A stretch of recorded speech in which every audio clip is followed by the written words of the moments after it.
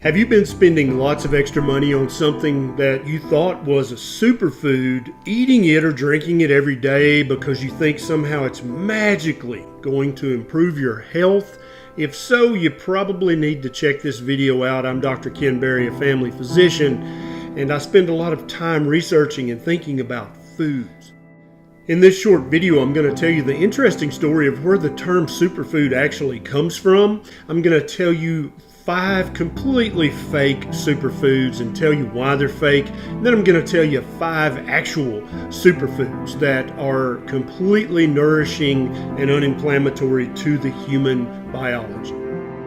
So first, the story of where the term superfood came from. So back early in the 1900s, the United Fruit Company was just starting to really import lots of bananas into the United States.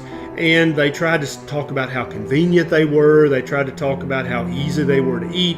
That didn't really catch on. So then they started paying doctors and medical organizations like the American Medical Association to say that bananas had medicinal qualities, that they were so nutrient dense that they were a superfood. The American Medical Association at one point actually said that bananas would cure celiac sprue, which is caused by a gluten allergy. But hey, you know, that's not the first or the last time that the AMA screwed up. So basically, the term superfood was a marketing term to sell lots of bananas. Now, if you've watched any of my other videos on YouTube, you know that bananas certainly ain't a superfood. They're basically just a big sack of yellow sugar, and they have a tiny bit of minerals and vitamins, but not much at all. So what other food companies quickly learned from the United Fruit Company was that the term superfoods equals super sales. And also, you get to charge a lot more money for it. And I'll talk about that when I get to the list of fake foods.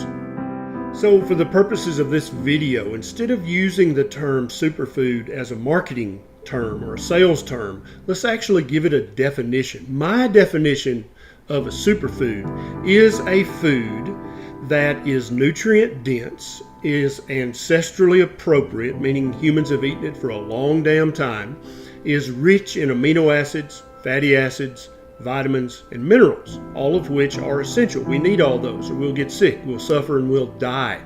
Also, these foods are, the nutrients in them are highly bioavailable and bioabsorbable, meaning they're not locked up by oxalates or lectins or phytates.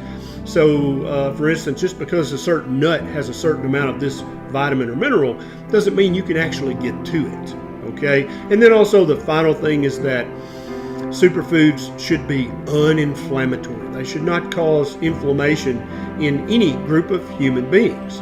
So, and now let's go ahead and talk about the 5 fake superfoods, okay? Number 1 on this list is whole grain anything, whole grains, right? So, and right off the bat, there's a large percentage of human beings on the planet who have an outright allergy to gluten or gliadin, who have celiac sprue, who cannot eat whole grains at all. And then there's another very large subpopulation that, although they don't have overt celiac sprue, but they absolutely have a reaction when they eat grains. And so also grains are devoid of nutrition. That's why they're often fortified with fake vitamins and minerals coming from a chemical factory, is because they don't contain any. Okay, so that can't be a superfood. It doesn't meet the criteria for my definition of a superfood, which I think is the best definition out there. The next fake superfood, I know it's going to hurt some of your feelings, but it's dark chocolate. Okay, dark chocolate is touted as a miracle cure for this, that, or the other. It has magical phytochemicals in it, phytonutrients that you just can't get anywhere else in such high quantities. The problem is all these phytonutrients that you hear about, the polyphenols and all the other things, they've never been proven to be necessary for optimal human health. They're touted to the heavens, but where's the proof? Where's the proof that if we never ate another phytonutrient for the rest of our life, that we wouldn't do just fine? There is no proof, right? There's only associational data. And so dark chocolate, also you'll notice the dark chocolate companies know that if you put superfood on it, you can also charge a super price, right? And so you can get a huge 2-pound bar of cheap milk chocolate for $2. But if you buy a tiny little top end little dark chocolate bar, it might be $8, $10, $12, $15 for a tiny little chocolate bar. Superfood equals super profit, but it does not equal super health. Next is the old standby, kale, right? So kale is often touted as a superfood because it has so much vitamin A, but wait a minute. Does kale actually have any vitamin A whatsoever? Look it up, because it doesn't. It has zero real vitamin A. It has a lot of beta carotene, which some of us can convert into vitamin A, but many of us have trouble with the conversion. We don't have the machinery for that, and so we just get lots of beta carotene, and if we eat enough, our skin will turn orange, but we can still be very deficient in vitamin A. Kale, again, is touted that it's got lots of phytonutrients and other things. And then also there is a premium placed on the price of kale, isn't there? Actually, kale, if it were sold at its true market value, the grocer would pay you to take it home and eat it. By talking about this next superfood, I know I'm going to step on some toes. I apologize in advance, but not really.